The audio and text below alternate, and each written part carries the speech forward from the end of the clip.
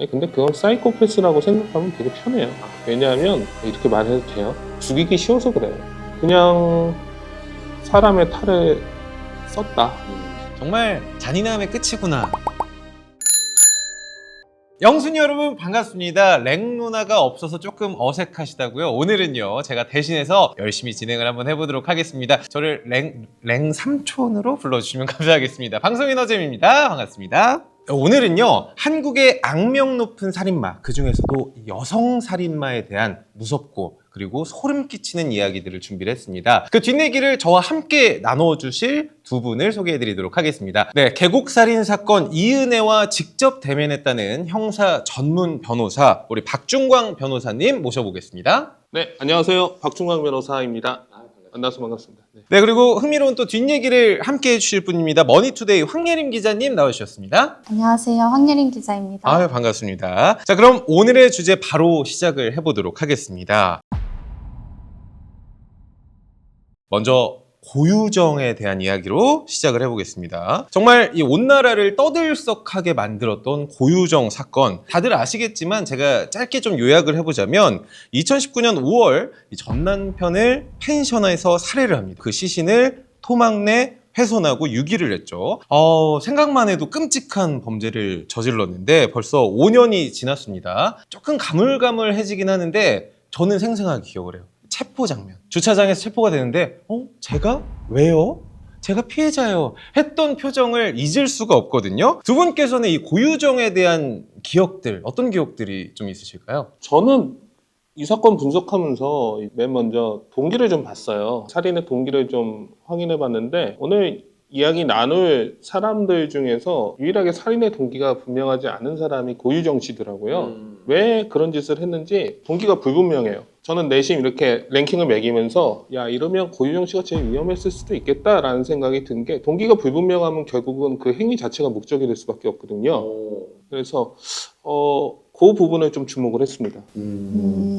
저는 고유정 사건의 가장 큰 특징이 그 시신이 발견되지 않았다는 거잖아요. 그래서 고유정은 그만큼 남편의 시신을 굉장히 잔혹하게 훼손한 걸로 유명한데요. 그래서 고유정이 얼마나 그 시신 훼손을 철저하게 계획을 했냐면요. 범행 보름 전부터 사람 뼈와 동물 뼈 비교, 감자탕 뼈 버리는 법, 뼈 무게, 뼈 강도 이런 것들을 검색을 했습니다.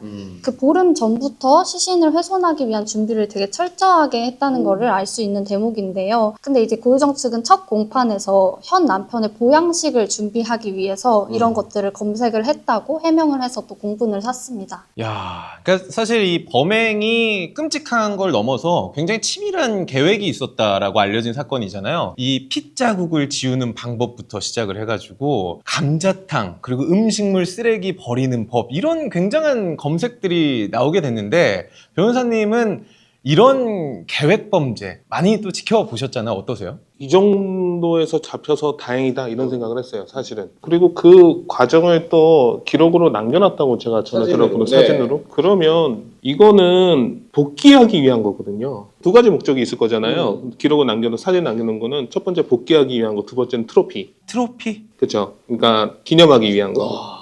되새김질하면서 좀 더 완벽한 범행을 위해서 되새김질하기 위한 수단으로 이렇게 두 가지로 생각해 볼 수 있는데 살인의 구체적인 목적 이렇게까지 할 이유가 뭐가 있겠는가라고 물어봤을 때 불분명하거든요. 고유정 씨는. 아까도 그 동기가 그러면 야, 이 사람은 뭐지? 왜 이거를 단발로 끝날 건데 왜 이걸 이렇게까지 하지? 라는 생각을 저는 좀 했어요. 제가 또 기억이 나는 게 이 전 남편, 살해당한 전 남편과의 첫 만남이 대학교 봉사 동아리에서 만났다고 이야기를 전해지거든요. 겉모습도 너무나 좀 평범한 모습이기도 하고 참 이 사람의 겉모습을 보고 이런 범죄를 저지를 수 있을까? 상상이 안 가는데 어떻게 보세요? 그러니까요. 그 고유정이 되게 범행 이후에도 굉장히 태연하게 행동을 했고 범행 이전에도 좀 태연하게 행동을 했던 게 또 드러나는 사건이 고유정이 제주도 마트에서 이제 범행에 필요한 도구를 샀잖아요. 그렇죠. 근데 이 과정에서 포인트를 적립을 하고 또 범행 3일 뒤에는 다시 이 마트를 찾아서 사용하지 않은 물건을 환불하기까지 했습니다. 그런데 고유정은 뭐 경찰에는 시신 옆에 둔 물건이라 찝찝해서 환불을 했다 이렇게 진술을 했다고 하더라고요. 시신 옆에 둔 물건이라 찝찝해서 환불을 했다. 저는 이 기자님의 이야기를 들으니까 변호사님 정말 태연하게 환불을 하고 포인트를 쌓았잖아요. 내 범죄는 정말 완벽했어 보여주는 느낌이라고 저는 생각이 드는데 어떻게 해석을 해요? 예, 저도 약간 나르시스트 기질이 있는 것 같아요. 나르시스트. 예, 자기 자신에 대한 자아도취라고 자기의 확신이 좀 있었던 거죠.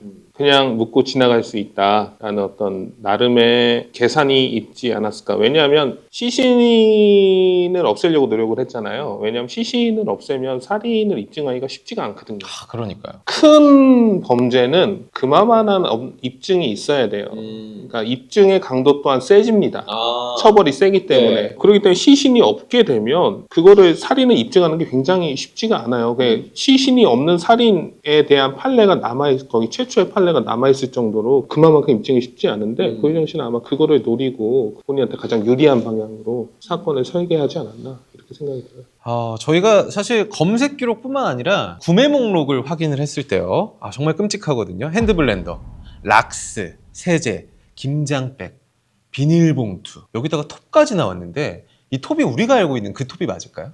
이것도 또 주목을 많이 받은 이유 중에 하나인데요. 고유정은 시신을 범행 이후에 2차례에 걸쳐서 훼손을 했습니다. 근데 첫 번째로 훼손을 했을 때는 어떤 흉기를 사용했냐면 제주도 마트에서 직접 이제 구매한 흉기를 사용한 걸로 알려져 있는데요. 그렇게 첫 번째 훼손을 하고 나서 시신 일부를 이제 여객선을 탄 후에 거기에서 유기를 했어요.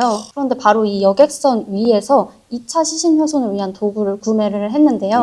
이 도구가 어떤 거냐면요. 그냥 전기톱이 아니었고 우리가 전문가들이 쓸 법한 그런 목공용 테이블 전기톱 이거를 이제 인터넷으로 직접 검색을 해서 자기 친정이 소유한 김포 아파트에 배송을 시켰습니다. 그리고 이제 이 아파트로 시신을 싣고 가서 2차로 또 훼손을 한 거죠. 무섭다.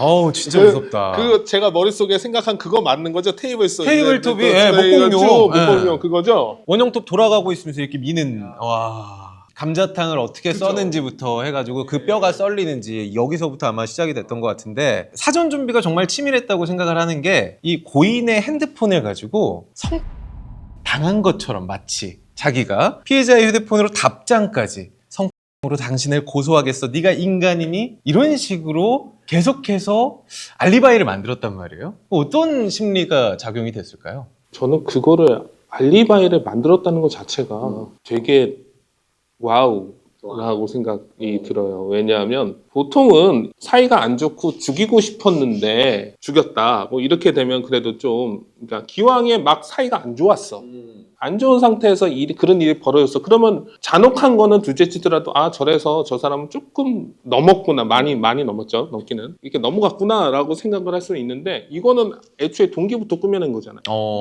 본인이 성폭행할 위험에 처했다. 동기부터 자기적으로 꾸며냈다는 거는 그 뒤에 뭐가 있었는지에 대한 질문을 계속하게 하죠. 사실 오늘 제가 잘 모르는 내용들을 듣기 때문에 더 좀 소름이 끼치는 것 같은데 고유정의 의붓아들 살해 정황에 관해서도 의혹이 계속 있습니다. 그죠. 이게 그걸로 보여요. 제 생각에는 나름 성공한 트라이일 수 있겠다. 법원 입장에서는 아마 제가 봤을 때 어차피 법원 입장에서는 실질적으로는 이게 입증되든 안 되든 무기징역이란 말이에요. 입증이 되든 안 되든 무기징역이기 때문에 이거 자체는 아마 수사기관에 대한 어떤 신호지 않았을까. 수사 좀 제대로 해줘라. 이거 너네 수사 잘 못했어. 이것만 가지고도 무기징역 나오니까 이제 이거는 무기징역 유죄 인정할 거고 요거는 니네가 수사를 못했으니까 무죄 줄 거야. 근데 다음부터는 수사 똑바로 해. 이런 느낌이었어요. 너무 무서워지거든요. 근데 아까 우리가 시작 때도 말씀하셨지만 고유정이 아직 범행 동기를 밝히지 않았습니다. 마지막 판결문에서도 내가 피해자다. 피해자에 대한 고인에 대한 어떤 연민이나 일말의 죄책감이 없었다라고 판결문에 써 있거든요. 어떤 지금 망상 속에 살고 있는 것 이렇게 우리가 생각을 해도 될까요? 망상보다도요. 그냥 끝까지 마지막까지 포기하지 않은 거죠. 포기를 하지 않았다. 아직 포기하지 않은 거죠. 나중에 뭔가가 또 뭔 일이 있을지는 모르지만 일단 그렇게 마무리를 한 거죠. 제가 알기로는 지금 무기징역을 선고받고 수감 생활을 하고 있는 걸로 알고 있는데 우리가 뭐 확인할 수는 없지만 모범적인 생활을 하고 있다 이런 얘기가 좀 들리기도 하거든요. 그 안에서는 이제 많이들 모범적으로 생활하려고 그래요. 왜냐하면 모범적으로 생활을 하게 되면 안에 이제 죄수 등급이 있거든요. 예, 최고 등급 같은 경우는 우리가 일반적으로 이제 뉴스에서 많이 보는 정치인 분들이나 기업인 분들은 이제 최고 등급으로 돼가지고 좀 좋은 시설에 수감이 됩니다. 네. 근데 이제 낮은 등급일수록 이제 시설이 열악하고요. 그리고 등급이 올라갈수록 만약에 좀 더 좋은 시설에 이제 빈자리가 나게 되면 그쪽으로 이동할 수 있는 거죠. 그리고 등급이 올라가게 되면 우리나라는 죄수가 포화 상태예요. 그래가지고 안에 계신 분들이 이제 일을 나가는 것도 이것도 어드밴티지인 겁니다. 아, 특혜인 거예요. 네. 그러다 보니까 이것도 모범적인 사람한테 우선 일할 수 있는 기회를 주는 거죠. 그러다 보니까 아마 그것 때문에 모범적으로 생활하려고 노력을 많이 할 겁니다. 자, 그럼 두 번째 사건, 그 유명한 가평 계곡 살인 사건 이은혜. 참 이 사건도 5년 전입니다, 벌써. 2019년 여름에 일어난 끔찍한 범죄인데 이은혜를 직접 대면을 했다고 저희가 알고 있어요. 의뢰인으로 만난 겁니까? 어떻게 만나요? 네, 의뢰인으로 만났죠. 의뢰인으로 만났고 2020년 5월에 처음 만났고요. 기록이 남은 거 보니까 한 3시간 정도 미팅을 했던 것 같아요.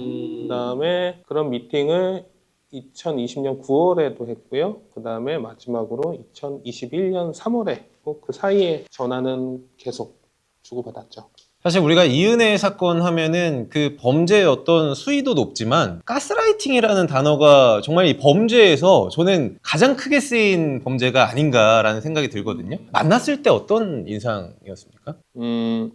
평범하지는 않았죠. 저는 직업상 많이 만나게 되는데 성격에 어떤 문제가 있으신 분들을 많이 만나게 돼요. 어쩔 수 없이 많이 만나게 되는데 그 중에서도 범상치 않은 그런 성격이었던 것 같습니다. 워낙 형사 전문 변호사시기 때문에 뭐 강력 사건부터 시작을 해가지고 다양한 유형의 범죄자들과 대면을 하게 되는데 그 중에서도 뭔가 좀 느낌이 달랐다. 맞습니다. 저기 랭킹을 매기면 상위에 들어가는 변호사님이 느낄 수 있는 어떤 그 쎄한 감정이었을 것 같은데 여러분들 뭐 아시겠지만 당시 상황을 조금 요약을 해보자면 평소에 물을 무서워했던 남편 윤모 씨를 계곡의 높은 절벽에서 뛰어내리게 부추기다가 변을 당하게 됩니다. 사고 7분이 지나서 구조대에 신고를 하게 되는데 당시에는 사실 사고사로 종결이 되나 싶었거든요. 이상한 점이 좀 발견이 됩니다. 남편 장례식장에서 이은혜와 친구들이 전혀 슬퍼하는 기색이 없었고요. 여기에 고인의 이제 8억짜리 생명보험이 보험 효력 상실 4시간 전에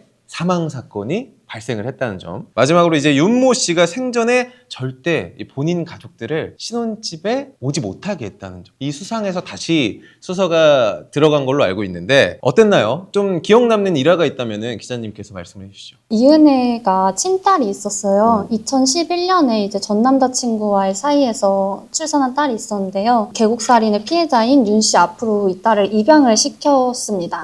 이게 좀 특이한 점이 이은혜와 결혼한 남자이기 때문에 이제 딸을 입양시켰다고 생각할 수 있잖아요. 피해자 남성이랑 이은혜 딸은 평소에 어떤 교류도 하지 않았다고 합니다. 이런 점을 미뤄봤을 때 이제 이은혜가 딸을 입양시킨 건 역시 보험금이랑 상속을 노리고 한 게 아니냐 이런 추측을 이 당시에 나왔었습니다. 아, 딸을 입양시킨 것부터가 보험금과 또 연관이 있을 수 있다. 그렇게 추측이 나오고 있는데 변호사님 제가 두 사람의 관계를 봤을 때 평범한 연인 관계 혹은 부부 관계라는 느낌보다는 뭔가 주종 관계의 느낌이 들거든요. 고인과 이은혜 씨를 봤을 때 범상치 않은 관계죠. 일반적이지 않은 거는 분명하고요. 이미 알려진 것만 얘기를 할 수가 있는 핸디캡이 좀 있는데 좀 아이러니했습니다. 제 의뢰인 사건인데 어쨌든 간에 조연수 씨가 부각이 되고 있지만 조연수 씨만 관계가 있었던 건 아니에요. 조연수 씨람은 공범으로 지목이 됐죠. 공범 조연수 씨하고 어떤 내연 관계다라고 나와 있지만 그건 맞는 얘기인데 그 외에도 제가 알기로는 몇 명 더 있는 걸로 알고 있고 그런 사실들을 조연수 씨도 알고 있었어요.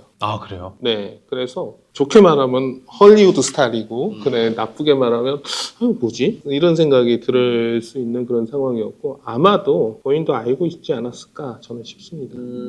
그러니까 알고 있었다라는 거를 우리가 많이 생각을 하고 있기 때문에 뭔가 이 정신적 지배가 상당했구나. 가스라이팅 범죄의 어떤 시발점이 되지 않았나라는 생각이 들거든요. 특히나 이 고인 윤모 씨의 월급이 600만 원이 넘는 대기업 연구원이라는 게 밝혀졌고, 여기에 월급을 다 갖다 바친 것뿐만 아니라 회사에서 나오는 대출과 사채까지 이용해서 어떻게 보면 이 이은혜의 돈을 대줬단 말이에요. 네, 맞습니다. 이건 어떻게 해석을 할 수가 있을까요, 우리가? 여러 가지 복합적인 요소가 있을 수는 있겠지만 일단 생각해 볼 수 있는 것들 중에서는 말 그대로 이제 인간관계의 아쉬움 때문에 일어나는 가스라이팅도 분명히 있고요. 두 번째는 돈을 굉장히 많이 이은혜 씨한테 줬어요.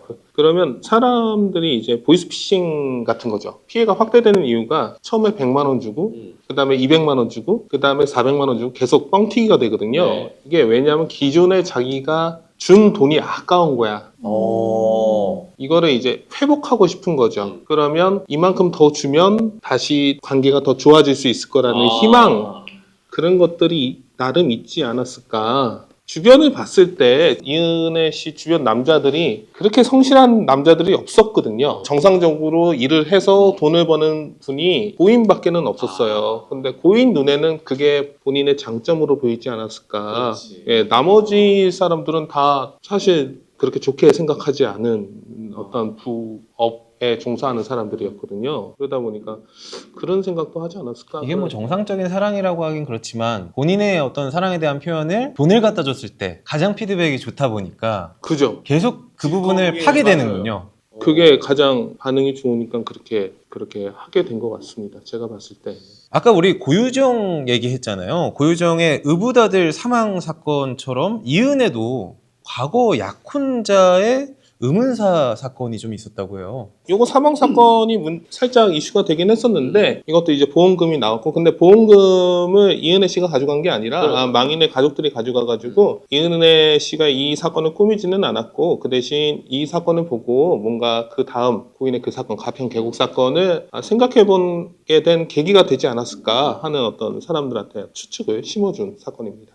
근데 지금 이은혜가 교도소에서 수감을 하고 있는 상황인데 이런 이야기가 있습니다. N번방 사건의 정말 주범자죠. 조주빈과의 연락을, 서신을 주고받았다. 이런 내용이 있는데 이거는 어떻게 된 건가요? 조주빈이 이은혜 씨한테 편지를 보낸 거죠. 편지를? 예, 수사에 협조하지 말고 입을 꼭 다물어라. 이런 내용의 어떤 편지를 보냈는데, 원래 일면식이 있는 사이입니까? 저는 이제 업무상 조주빈 씨를 굉장히 많이 만났습니다. 당시에 이제 조주빈 씨가 왜 그 편지를 보냈는지 저는 이제 알고는 있죠. 조주빈 씨가 이제 사실상 무기징역 가까운 형을 받았는데 거의 뭐 최고형을 받았거든요. 근데 갖갓 문형욱이 34년인가 10년 덜 받았어요, 본인보다. 근데 조주빈은 거기에 대해서 정말 불만이 어마어마하게 컸습니다. 왜 내가 더 많이 받아? 그렇죠. 왜냐하면 조주빈이 생각하기에 자기는 갖갓 문형욱보다는 좀 괜찮은 거예요, 재질이.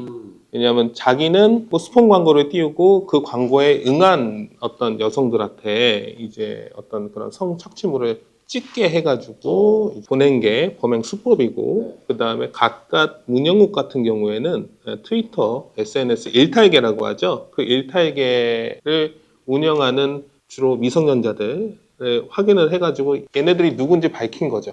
그래서 걔네들한테 너 네 신분을 밝힐 거야 라고 이제 협박을 해가지고 성착취물을 만들어낸 거예요. 그러니까 야, 나는 걔네들이 자발적으로 보낸 거고 문영욱이는 협박을 해가지고 그거를 얻어낸 건데 그게 어떻게 똑같고 처벌을 받더라도 쟤가 더 많이 받아야지 내가 더 많이 받을 수 있냐, 이렇게 불만을 가지고 있었던 게 이제 조주빈의 마음이었고요.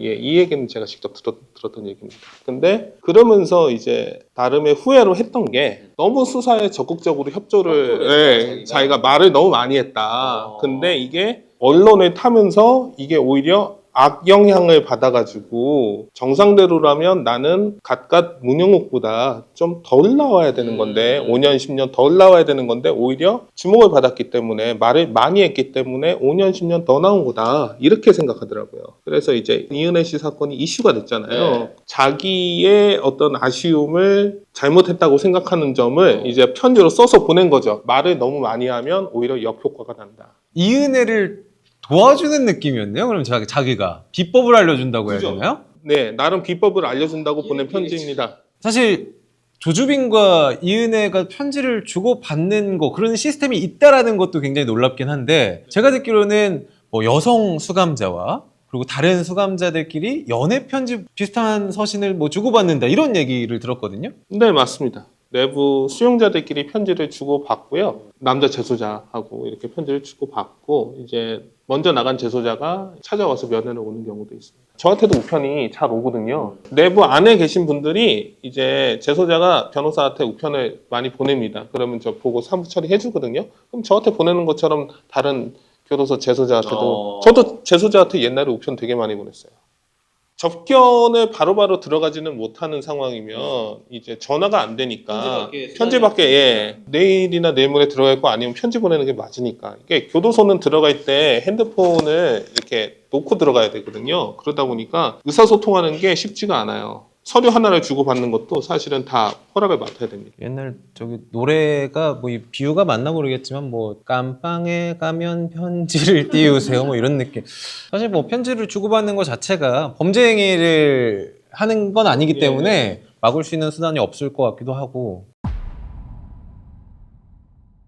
엄여인 사건, 엄인숙 사건의 범행 기간이 2000년부터 2005년까지라 아무래도 앞에 두 사건보다는 기억하신 분들이 좀 적을 거라는 생각이 드는데 두 남편을 사망까지 이르게 하고요. 그것도 모자라 본인의 가족들 상해를 입히기도 하고 불을 저지르기도 하고요. 거기서 넘어서 이제 주변 지인들까지 범행을 저지른 사건입니다. 사실 남편에 이어서 본인의 가족까지 거의 뭐 패륜 범죄, 인면수심이라는 단어가 좀 어울릴 것 같은데 엄인숙 사건과 관련해서 두 분께서 좀 소개해 주실 스토리가 있다면 부탁을 좀 드려보도록 하겠습니다. 너무 사건이 생각보다 많이 확대되지 않았나? 이 사건 같은 경우는 초기에 발견할 수도 있지 않았나? 그런 생각이 좀 무려 들더라고요. 5년이에요. 사건이 그렇게 막 앞에 우리가 검토했던 고유정보다도 치밀하지도 않아요. 치밀하지도 않은데 어떻게 잘 피해가가지고 그냥 처음에는 이런 엄인숙 씨 개인한테 일어난 비극이라고 사람들이 생각했던 것 같아요. 왜냐하면 이 엄인숙 씨가 물론 그 전에도 문제가 있기는 했는데 이제 본격적으로 이렇게 범죄를 저지른 거는 이제 어린 딸이 사고로 죽거든요. 그 이후에 이제 어떤 이제 범죄 성향이 폭발했다고 해야 되나요? 갑자기 막 사는 듯한 그런 모습을 보여주는데 그 와중에 이제 남편이 죽으니까 이제 사람들이 오히려 동정하지 않았나. 그래서 그거를 이용해가지고 나머지 범행도 이렇게 하다가 그게 기화가 돼서 뒤에 후반부 범행을 보면 이건 거의 뭐 막 나가는 수준의 막 나가는 뭐 범행이거든요. 같은 병원에서 만난 사람의 그래가지고 카드를 쓴다거나 처음에는 좀 어떻게 좀 범행을 꾸미려고 넘어가려고 노력하는 모습을 보이는 것 같은데 뒤에 방어하는 거 보면 그런 모습들까지도 없어요. 그러다 보니까 이거는 초기에 좀 잡았으면 많이 제어가 되지 않았을까 그런 생각을 좀 했습니다. 그러니까요. 사실 뭐 엄인숙 주변에서의 뭐 딸의 죽음은 죽음이지만 그 이후에 일어난 살인이라든지 사망 사건 그리고 상해와 방화까지 하면은 변호사님 말씀처럼 이렇게 강력 사건이 주변에서 많이 일어나는데 어떻게 이렇게까지 피해가 늘어날 때까지 우리 수사기관에서 잡지 않았을까라는 생각이 좀 들기도 해요. 이게 인식의 이제 블라인드 사이트라고 하죠. 인식의 맹점이 있었던 것 같아요. 딸이 죽다 보니까 지질이 복도 없는 사람 이렇게 생각을 해가지고 동정심을 이용하지 않았나 처음에는. 근데 이 동정심의 효과를 본인도 너무 나중에는 과신해가지고 이렇게 막 나가지 않았나 그런 생각이 좀 들었어요. 당시 이 엄인숙을 담당했던 형사의 말을 좀 빌리자면 탤런트 같은 외모였다. 부잣집 딸 같은 느낌이었고 이 말투 자체가 굉장히 고급졌다라는 표현을 쓰더라고요. 물론 뭐 범죄에 있어서 여러분들 이 겉모습이 절대 중요한 판단 기준은 아니지만 굉장히 좀 신뢰감을 주는 모습이었다고 해요. 그죠. 그래서 더 생각하기 어려웠을 거예요. 외모라는 게 큰 어드밴티지인 거는 분명하니까 아마도 엄인숙 씨 같은 경우는 자기가 가지고 있는 어드밴티지가 무엇인지 확실히 알고 있었고 그거를 굉장히 잘 활용한 것 같아요. 그러다 보니까 이제 너무 과신한 거지. 나중에 그 방화하는 거 보면 이거는 그냥 잡아달라는 소리밖에 안 되거든요. 사실 그렇잖아요. 나중에는 나는 안 잡혀 이런 얼토당토하는 망상에 사로잡혀 있지 않았는가 그런 생각도 들었어요. 근데 실제로 사이코패스의 성향 진단을 하면은 거의 만점 수준에 가까울 것이다라는 이야기가 있는데 기자님 어떻게 생각하세요? 네, 그게 되게 유명했었죠. 그 사실 엄인숙이 사이코패스 진단 검사가 막 도입될 시작된 해에 경찰에 붙잡혔기 때문에 실제로 사이코패스 검사를 받거나 하진 않았어요. 그런데 전문가들은 이제 만약에 사이코패스 검사를 받았다면 40점 만점에 40점을 받았을 거라고 예상을 하고 있습니다. 참고로 우리나라는 25점 이상이면 사이코패스로 간주를 하는데요. 지금까지 우리나라 범죄자 중에 만점을 받은 사람은 없습니다. 그 20명을 살해한 연쇄살인범 유영철도 38점을 받았고요. 앞서 저희가 다뤘던 계곡살인의 이은혜도 31점, 그리고 아동성범죄자 조두순은 29점을 받아서 그 엄인숙의 사이코패스 어떤 기질이 굉장히 강하다고 볼 수 있을 것 같습니다. 결국에는 이제 딸이 사망한 후에 이 남편에 대한 범죄로 이어지게 되는데 결국에는 보험금을 노린 범죄라고 볼 수가 있을 것 같아요. 쇼핑 중독이 워낙 심했고 돈에 대한 집착이 굉장히 심했다고 하는데 그런데 이제 돈도 돈이지만 어떻게 본인의 가족들까지 범행 대상으로 삼았을까? 이건 돈을 넘어서 뭔가 심리 상태의 변화 아니겠습니까? 아니, 근데 그건 사이코패스라고 생각하면 되게 편해요. 왜냐하면 이렇게 말해도 돼요. 죽이기 쉬워서 그래요. 아, 굉장히 좀 표현하기 싫은 느낌이긴 한데 죽이기 쉬운 가장 가까운 사람들이 가족이요. 예, 자기가 어떻게 하기 제일 쉬운 사람들이니까 그런 거예요. 자기를 신뢰하고 있고 어떻게 할 수 있는 가장 쉬운 사람이기 때문에 맹수들도 사람을 해치는 호랑이는 늙은 호랑이죠. 맹수가 이제 한창 정성기 때에는 이렇게 산에 있는 큰 것들을 먹는단 말이에요. 근데 이제 살인자들도 특히나 이제 피지컬적으로 약한 살인자들은 본능적으로 자기가 컨트롤하기 쉬운 성들을 찾습니다. 너무 당연한 본능이라서 어떻게 가족을 하지? 근데 사이코패스는 가족에 대한 감정이 없다고 생각을 할 수 있잖아요. 그런데 그러면 되게 쉽죠. 그냥 약하니까. 내가 얼마든지 할 수 있으니까. 그런 겁니다. 엄인숙 씨 보면서 느꼈던 거는 그냥 사람의 탈을 썼다. 자기가 어떻게 할 수 있는 사람들, 자기보다 약하다고 생각되는 사람들을 열심히 찾아다니면서 처음에는 옆에 있는 사람들, 나중에는 찾아다니면서 그렇게 범행을 저질렀기 때문에 거의 나중에 컨트롤되지 않은 모습들까지 보이고 이러기 때문에 근데 죄책감 같은 거는 전혀 없는 것 같고 그렇다고 하면 그냥 자기가 제일 쉬운 거 자기 분풀이 그 다음에 알다시피 어렸을 때부터 이제 경제적인 어떤 욕심이 강하게 표출된 사람이었기 때문에 그거와 맞물려가지고 아주 시너지 효과가 있지 않았나. 억제제는 딸이었던 것 같아요. 딸이 죽으면서 억제제가 사라지면서 쭉 가지 않았나 싶습니다. 사실 제 서치로도 그 딸이 죽고 나서의 이제 범죄 성향이 나타나게 되는데 마지막 이제 불을 지르는 방화 범죄를 할 때는 불의 형상에서 딸이 보였다라는 진술이 나왔다고 해요. 그러니까 그거 딱 하나인 거죠. 과정을 보면은 두 남편을 이제 실명을 시키고 가족들을 실명을 시키는 범죄를 저지르게 되는데 그 실명의 과정 중에 하나가 본인의 우울증 약을 음료나 물에 타먹이고 정말 깊은 수면에 들었을 때 범행을 저질렀단 말이에요. 그걸 보면은 정말 잔인함의 끝이구나 라는 생각이 좀 들게 되는데 결국에는 이제 보험금을 타내는 이력 중에 하나를 봤을 때 본인이 젊었을 때 보험회사에 근무한 이력이 또 있습니다. 이걸 좀 악용했다라고 볼 수가 있을까요? 그럼요. 자기가 제일 잘하는 거, 자기가 자신 있는 걸로 하게 되는 거죠. 자기의 장점을 잘 발휘한 거죠. 고유정이 그때 안 잡혔으면 아마 어민숙보다 더 무서워지지 않았을까 그런 생각도 들었습니다. 지금 오늘 사실 여러 인물들을 얘기를 하고 있는데 굉장히 이 세 명의 공통된 어떤 접점이 또 보이기도 하고요. 네. 희대의 살인마라고 불리는 폐륜범죄 엄인숙 지금은 어떻게 지내고 있을까요? 제가 아는 바에 의하면 조용히 잘 지내고 있다고 그럽니다.